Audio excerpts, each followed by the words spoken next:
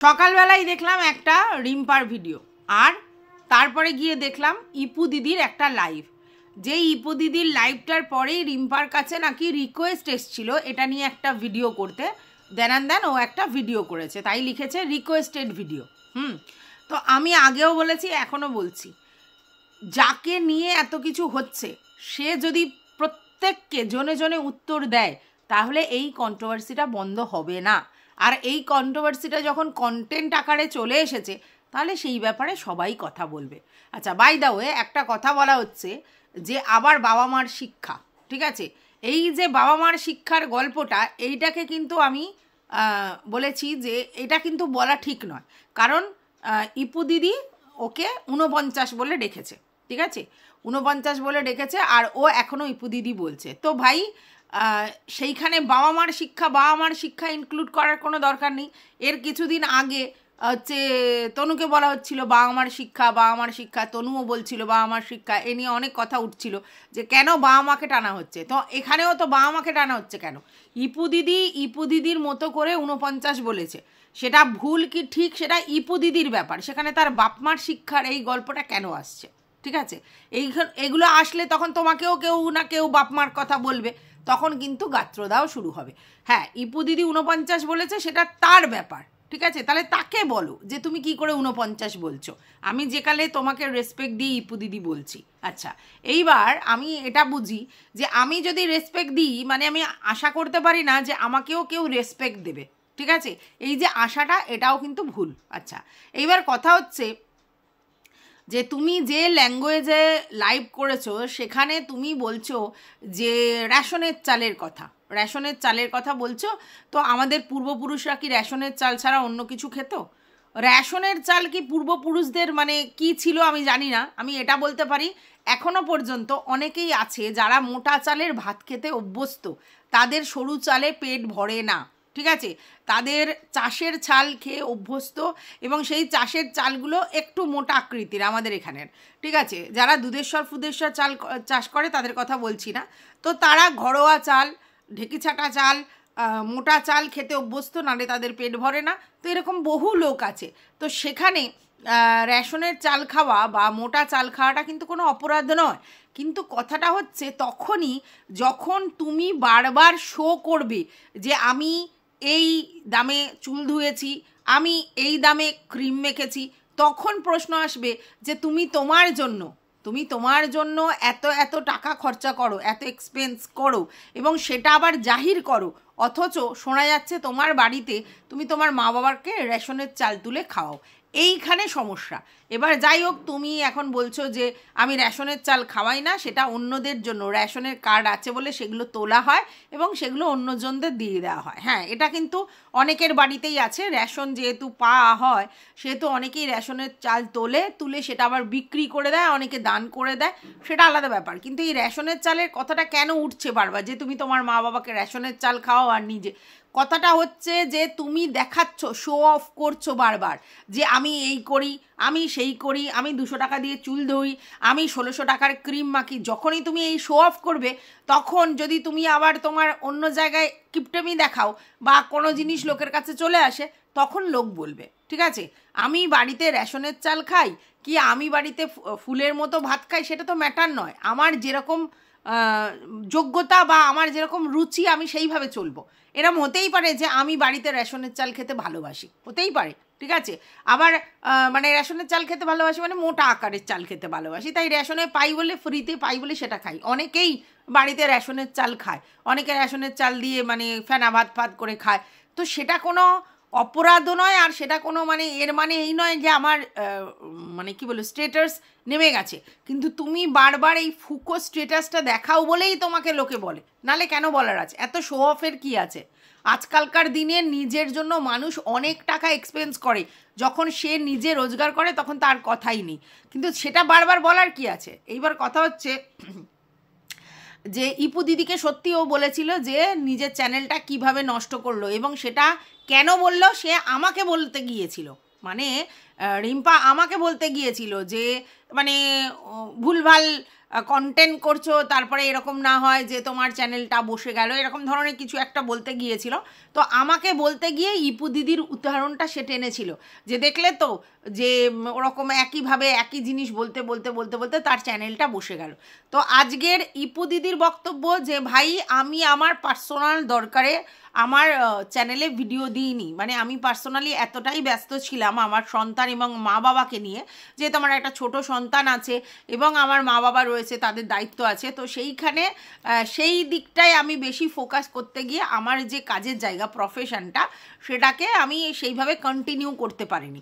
তো এরকম অনেকেরই হতে পারে যে চ্যানেল আর কি করছে, সেটা তো মানে আমরা এই যে চ্যানেলগুলো খুলেছি সেই চ্যানেলগুলো কি যে আমরা আমাদের সমস্ত কাজকর্ম করার পরে যেটুকুনি এক্সেস টাইম পাবো সেই টাইমে আমরা হচ্ছে আমাদের মানে কাজ করব এবং কাজ করে টাকা ইনকাম করব। হ্যাঁ, এবার কারোর আছে কি যে সেই লেভেলের আর্জ আছে যে সমস্ত কিছু বজায় রেখে তারা সেইভাবে দিনের একটা সময় গিয়ে ভিডিও করে। আবার কিছু কিছু লোকজন আছে যে না, সমস্ত কাজকর্ম করে তারপরে যদি এক্সেস টাইম থাকে তবে করব। তো ইপু দিদির হয়তো সেরকম পরিস্থিতি হয়নি, তাই ভিডিও করেনি, ঠিক আছে। এইবার সেই চ্যানেলের দায়িত্ব তো ইপু দিদির। ইপু দিদি চ্যানেলটাকে নষ্ট করবে কি চালিয়ে নিয়ে যাবে কি মধ্যখানে বন্ধ দেবে আবার নতুন করে করবে সেটা ব্যাপার। কিন্তু এই রিম্পার এক্সট্রা পাকামি যে ভাই এইভাবে চ্যানেলটা বসিয়েছে, তো এই জায়গাতেই ইপু দিদির আপত্তি। ইপু দিদি তো বলেনি কোনো সময় যে আমি আর চ্যানেলে ভিডিও দেব না বা করছি না বা কিছু জানায়নি, এখন আবার নতুন করে শুরু করবে সে বলছে। তো আমাদের চ্যানেলটা যখন রয়েছে তখন আমরা এরকম অনেকেই করি, তবে হ্যাঁ টু বি কন্টিনিউ যদি আমরা চ্যানেলে ভিডিও দিতে থাকি তাহলে আমাদের রিচটা আমাদের ইউটিউব সেই জায়গায় পৌঁছে দেয়। কিন্তু যদি আমরা চ্যানেলটার সঙ্গে মনমানি করি, মানে যে এখন ভিডিও দিচ্ছি না, অনেক দিন দিচ্ছি না, আবার করছি, তাহলে ইউটিউব আমাদের চ্যানেলটাকে সেইভাবে রিচটা পৌঁছে দেয় না। তারপরে আবার যদি নতুন করে কেউ শুরু করে তাহলে ডেফিনেটলি আবার ইউটিউব সেটা বুঝবে, সেটা তো তার দায়িত্ব, তার চ্যানেলের ব্যাপার তার দায়িত্ব। সেইখানে রিম্পার এক্সট্রা পাকামো করে বলার দরকার ছিল না। ইপু দিদির ব্যাপারটা আমাকে উদাহরণ দিতে গিয়ে আমাকে বলতো ঠিক আছে, তো ইপু দিদির কথা বলেছে, তো ইপু দিদি কেন ছেড়ে দেবে?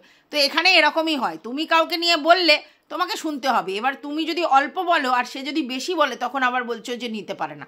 আচ্ছা, তারপরে বারবার বলা হচ্ছে যে আমি কোনো মানে হেক্স চ্যাট করিনি, আমি ছোট্ট দুধের শিশুকে ছেড়ে চলে যাইনি, আমি নর্মাল চ্যাট করেছিলাম তাই আমার সঙ্গে তাকে গুলিয়ে ফেলো না। কেউ কাউকে গুলিয়ে ফেলেনি, কিন্তু কথা হচ্ছে যে তুমি যদি নর্মাল একটা হাউসওয়াইফ হয়ে একটা মানে বরের সমস্ত কিছু আছে এবং তুমিও নিজে ইনকাম করো, এরকম একটা পজিশন আছে, তারপরেও তোমার কেন একটা কারোর সঙ্গে কথোপকথনের দরকার পড়লো?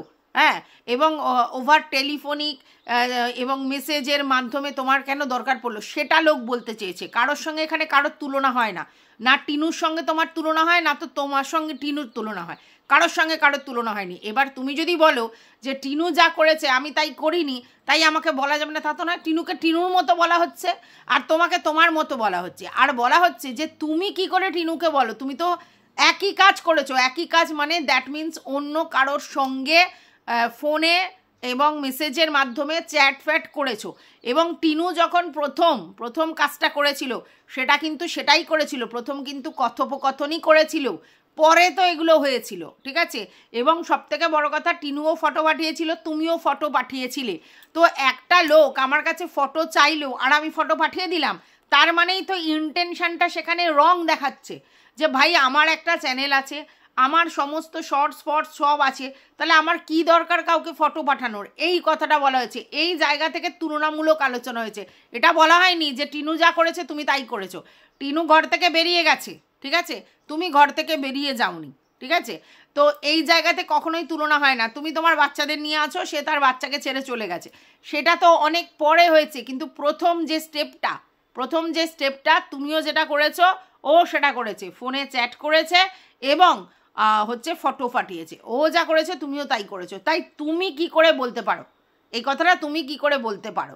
ঠিক আছে, আজকের অনেকেই বলছে এই কথাটা যে আজকে যদি টিনুর হাজব্যান্ড এইগুলোকে প্রথমেই সোশ্যাল মিডিয়াতে আনে, আজকে যদি তোমার হাজব্যান্ডও আনতো তাহলে তোমার তারপরের পরিস্থিতি কি হতো দেবানা জানন্তী? তাহলে সেই জায়গা থেকে বলছে তুমি তো সব কিছু একসঙ্গে গুলিয়ে ফেললে হবে না, তাই না? তো চলো, welcome back to my channel. আশা করছি তোমরা সবাই খুব ভালো আছো, আর আমিও খুব ভালো আছি। নতুন একটা ভিডিওর সাথে আমি রুনার লাইফস্টাইল থেকে। এই কন্টেন্টটা যাবে না, কারণ যে কন্টেন্ট হচ্ছে সে বারবার সবাইকে মুখ উঠিয়ে উত্তর দিতে চলে আসছে, কখনো রিকোয়েস্টেড ভিডিওর মাধ্যমে, কখনো লাউডভাবে, কখনো সফটভাবে, সবাইকে ইচ অ্যান্ড এভরি লোককে সে উত্তর দিতে আসছে। আর যখনই সে উত্তর দিতে আসবে তখন আবার পাল্টা আক্রমণ হবে, এটাই বাস্তব। তো এটাকে কিন্তু অ্যাকসেপ্ট করতে হবে যে ভাই আমি চাইছি এই কন্টেন্টটা টু বি কন্টিনিউ হোক, আর তার জন্যই আমি কাজটা করছি। তাহলে আমাদের তো প্রফিট, আমরা যারা কন্ট্রোভার্সি করি আমাদের প্রফিট, কারণ আমরা একটা কন্টেন্ট পেয়েছি। আর সেই কন্টেন্টটা যখন সে নিজেকে কন্টেন্ট করছে এবং বারবার কন্টেন্ট যে যা বলছে তার উত্তর দিতে বসছে, তাহলে আমরা কেন ছেড়ে দেবো? আমরাও সেইখান থেকে কথা পাচ্ছি, তাই জন্য বলছি। এবার যাদের মনে হচ্ছে যে একটাই জিনিস বারবার হয়ে যাচ্ছে এবং ভীষণ ইরিটেট হচ্ছে তাদের তো বলবো ভাই তোমরা তাহলে এই কন্টেন্টটা দেখো না, তাই না? না হলে তোমরা ইরিটেট হলেও যে কন্টেন্ট করছে সে তো ছাড়ছে না, সে তো বলেই যাচ্ছে। সে সবসময় বারবার কোনো না কোনো যুক্তি দিয়ে এটা প্রমাণ করবার চেষ্টা করছে যে আমি অতটাও ভুল করিনি, আমি অতটাও এই করিনি, আমার সঙ্গে ওর তুলনা হয় না, কারোর সঙ্গে পৃথিবীতে কারোর তুলনা হয় না, সব মানুষ আলাদা এবং তাদের স্পেসিফিক কাজগুলোও আলাদা। তাহলে তুলনামূলক আলোচনা হচ্ছে না। বাট তুমি যখন টিনাকে নিয়ে এত কথা বলেছো, তাহলে তুমিও তো করে রেখেছো। এইবার তোমার বক্তব্য, তোমার জিনিসগুলো তো সোশ্যাল মিডিয়াতে আসেনি, এগুলোকে নিয়ে আসা হয়েছে, তাই কি তোমার অপরাধটা কমে গেছে? মানে তোমার বক্তব্য যে এগুলো তো ভিডিওতে দেখা যায়নি, ভিডিওর মধ্যে নেই, কেউ জোর করে ইচ্ছাকৃত সেগুলোকে বাইরে এনেছে। আরে ভাই, তার মানে তোমার বক্তব্য যে লুকিয়ে যদি কেউ কিছু করে বা সেটা যদি ভিডিওর মাধ্যমে না দেখা যেত প্রথমে, তাহলে তোমার দোষটা চাপা হয়ে যেত। এটা কি হয়? তোমার জিনিস তুমি যদি কিছু করে থাকো, সেগুলো যদি কেউ নিয়ে আসে, হ্যাঁ অবশ্যই এটা সোশ্যাল মিডিয়াতে আনাটা আমার মনে হয় এইগুলো কোনো দরকার নেই, কিন্তু যখন এসে গেছে তখন তো ভিডিও হয়ে গেছে, তাহলে সেটা নিয়ে তো লোক কথা বলবেই, তাই না? যে এনেছে সেটা তার ব্যক্তিগত ব্যাপার। কিন্তু তুমি যদি ভাবো যে এগুলো তো সোশ্যাল মিডিয়ায় আসার কথা নয়, তাহলে তো আমাদের খোকাও যে তার টিনুর ব্যাপারগুলো সোশ্যাল মিডিয়ায় এনেছে, এগুলো তো পারিবারিক ব্যাপার, সেগুলো আনলো কেন? সে যখন এনেছে তারপরেই না আমরা কন্টেন্ট করতে পেরেছি। তাহলে এখানেও তার হাজব্যান্ড এনেছে, এখানেও কেউ না কেউ এনেছে যার সঙ্গে তুমি চ্যাটটা করেছো, তাই জন্য সেই ব্যাপারগুলো এসেছে। তো এসেছে যখন, লোকে সেটা নিয়ে কথা বলবে, ঠিক আছে? আচ্ছা, এইবার যেটা বারবার বলা হচ্ছে মেন জিনিসটা, সেটা হচ্ছে যে কিসব প্রাণী বলা হচ্ছে যে তাদের এই কারণে রাগ হয়েছে, ওই কারণে রাগ হয়েছে, তাই জন্য তারা এসে মানে আমার উপরে মানে কি বলবো, রাগ দেখানোর জন্য এগুলো করেছে, হ্যানা ত্যানা, বা আমি যাকে মানে চ্যাটগুলো মানে যার সঙ্গে কথোপকথন করেছি সে এখন ভয়েস ক্লিপগুলো লোককে দেবে। তো তুমি তো বলেছো যে সোশ্যাল মিডিয়াতে এসে ইপু দিদি ছড়িয়েছে, এটা তো সত্যি নয়। ইপু দিদি তো সেই জিনিসগুলোকে তোমার বের করেনি, মানে এখনও তো কল রিভিল হয়নি। তুমি তো দুম করে বললে ওখান থেকে হয়েছে, কল রিভিল কিন্তু ইপু দিদি করেনি। ইপু দিদি কিছু একটা বলেছিল এবং সেটার প্রমাণ দীপ্তিদি চেয়েছিল যে না হলে আমি কেস করব, কোথা থেকে উদ্ভব হলো। তখন ইপু দিদি পার্সোনালি তাকে জানিয়েছে যে কোথা থেকে হলো, মানে সর্ষের মধ্যেই ভূত আছে, সেটা বলেছে। দেন এই ব্যাপারগুলো হয়েছে। তো আজকের ডেটে তারা বলছে যে আমি এইবার কল রেকর্ডগুলো ছাড়বো। হ্যাঁ, আচ্ছা, এইবার কথাটা হচ্ছে যে কল রেকর্ড, তার অটো কল রেকর্ড ছিল এবং সেটা নাকি এরা জানতো, কারণ এরা বলেছিল নাকি যে টিনুর দাদার সঙ্গে তোমার কি কথোপকথন হয়েছে সেগুলো আমাদেরকে দাও। তার মানে আমি বললাম আগেই এরা জানতো যে কল রেকর্ড এর আছে, অটো কল রেকর্ড, অতএব সেগুলো বের করা যাবে। তাহলে এইটা কি করে ভাবলো যে অটো কল রেকর্ড যখন আছে তখন আমার কলগুলোও রেকর্ড হচ্ছে, তা কোনো না কোনো সময় সেগুলোও বেরোতে পারে, এটাই তো স্বাভাবিক ব্যাপার, ঠিক আছে? এখন বলা হচ্ছে ছি, মানে কেন কল রেকর্ড করে সেগুলো বাইরে বের করা হয়েছে।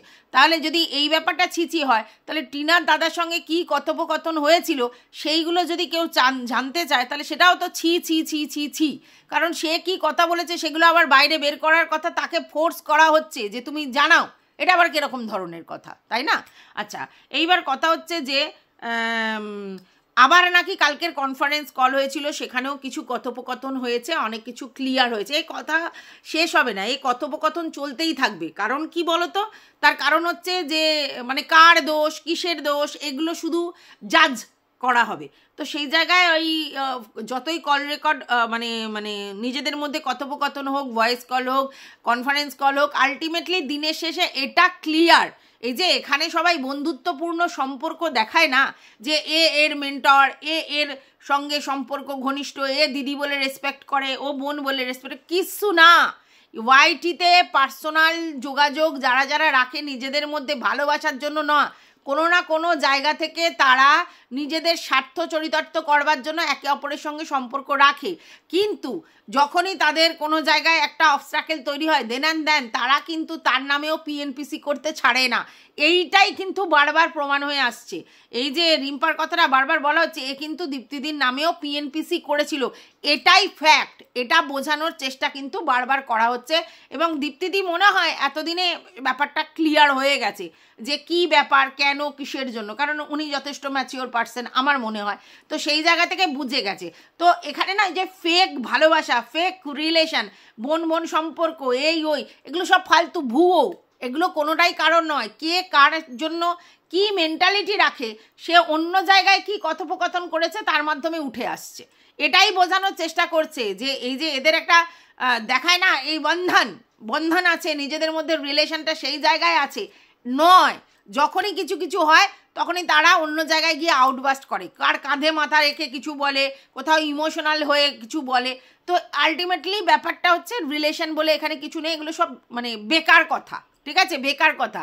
বারবার প্রুফ হচ্ছে যে ইউটিউব একটা তোমার কম্পিটিশনের জায়গা, তো সেখানে কিসের রিলেশন, এখানে বন্ধুত্ব, বোন বোন সম্পর্ক সবগুলোই শুধু মেকানিক্যাল ওয়েতে তৈরি করা হয়, যখন প্রয়োজন হয় সেগুলোকেই আবার কুচো কাটা করা হয়, ঠিক আছে।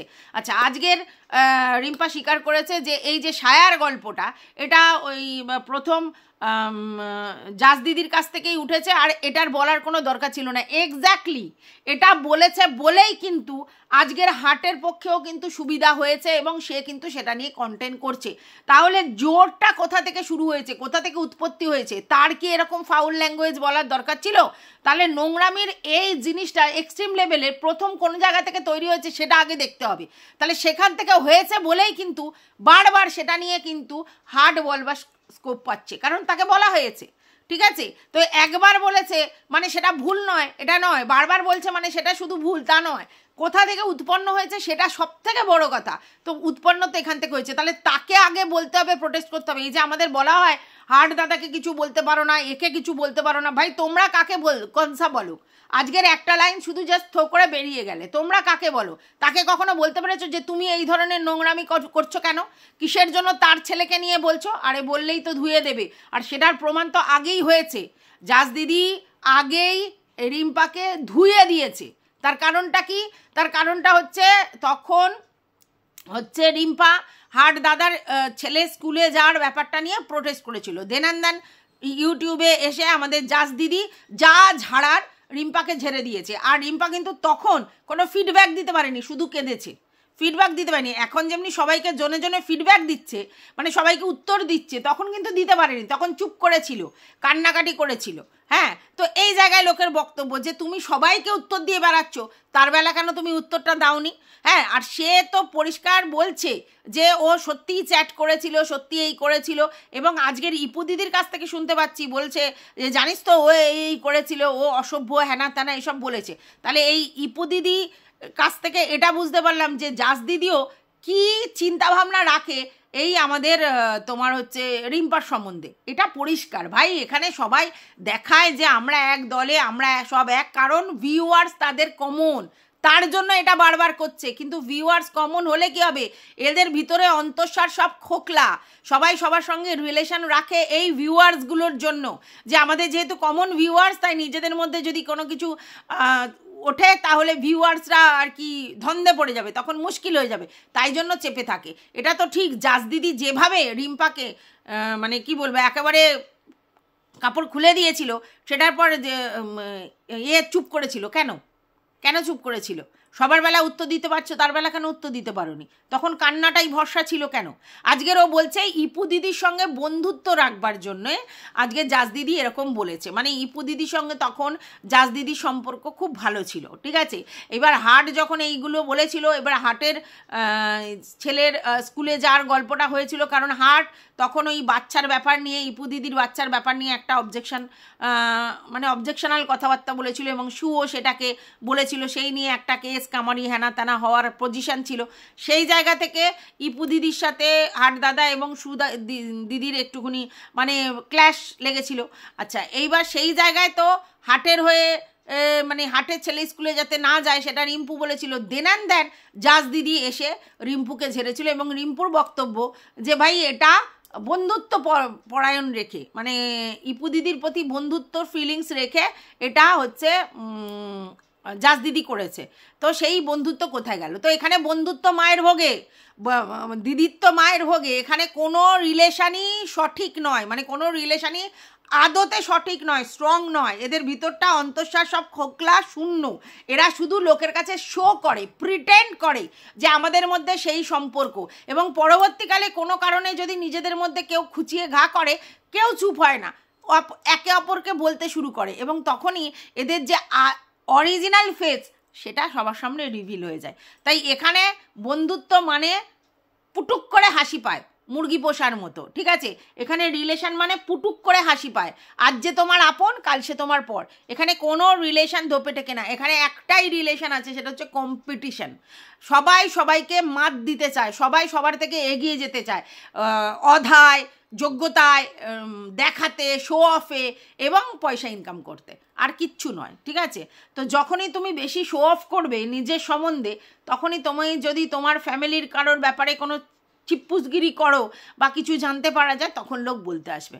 আর সেই জন্যই বারবার ক্রিম আর এই 200 টাকার চুল ধোয়াটাকে ধরা হচ্ছে যে এই অধা তুমি কিসের জন্য দেখাচ্ছ, কেন দেখাচ্ছ? তোমার বক্তব্যটাই তো ছিল আমি আমার এই কাজকর্ম করি আমার মা বাবাকে হেল্প করবার জন্য, আর আমার কিছু নিজের লাগানোর জন্য। তা তুমি যদি বারবার এটা বলো, তাহলে তোমার কি মানে তোমার কি বক্তব্য? যে তোমারই শুধু আছে ক্যাপাবিলিটি, আর কারণ নেই, এই জন্যে লোকে বলছে, নালে কেন বলবে? আচ্ছা, এর বাইরেও একটা কথা হচ্ছে, সেটা হচ্ছে যে একদিন ভিডিও করে সুদেবীকে রিম্পু বলেছে, এই কথাটা আমি বলা ভুলে গেছিলাম, যে সুদেবী যখন তার বরকে ব্রেসলেট দিল, তখন বললো আমিও হচ্ছে আমার হাজব্যান্ডের বার্থডেতে হচ্ছে, হ্যাঁ বার্থডেতে না অ্যানিভার্সারিতে, আমি বার্থডেতে আমি সোনার আংটি গিফট করেছি, সোনার আংটি গিফট করেছি। এটার মানেটা কি? ও রূপো দিয়েছে বলে ও কম দিয়েছে, ও সোনার আংটি দিয়েছে বলে বেশি দিয়েছে? এটা কীরকম কথা? ও ওর মতো করে দিয়েছে, সে তার মতো করে দিয়েছে। সোনার আংটি দিলেই আমি মহান, আর রূপোর জিনিস দিলেই আমি চিপ্পুস, এটা কিন্তু নয়, ঠিক আছে? এবার ও ওর যোগ্যতা, ওর ক্যাপাবিলিটি অনুযায়ী দিয়েছে, এ ওর যোগ্যতা এবং ক্যাপাবিলিটি অনুযায়ী দিয়েছে। সেখানে তো তার হাজব্যান্ড বলেছে এটা কি সিটি গোল্ড, মানে সে বিশ্বাসই করতে পারছে না যে সে সোনার জিনিস কিনতে পারে, ভাবো। আবার আমি শুনলাম যে সোনার জিনিসটার দাম 10,000 না কত, আমি জানি না যে এই বাজারে 10,000 টাকা একটা ছেলের আংটি কি হয়, আমার জানা নেই। যাই হোক, এই ভিডিওটা আমি এই পর্যন্তই রাখছি। তোমাদের যদি কিছু বক্তব্য থাকে কমেন্ট বক্স খোলা আছে। ভিডিওটা যদি তোমাদের যুক্তিযুক্ত মনে হয় তবে একটা লাইক তো বানতে হয়। টাটা।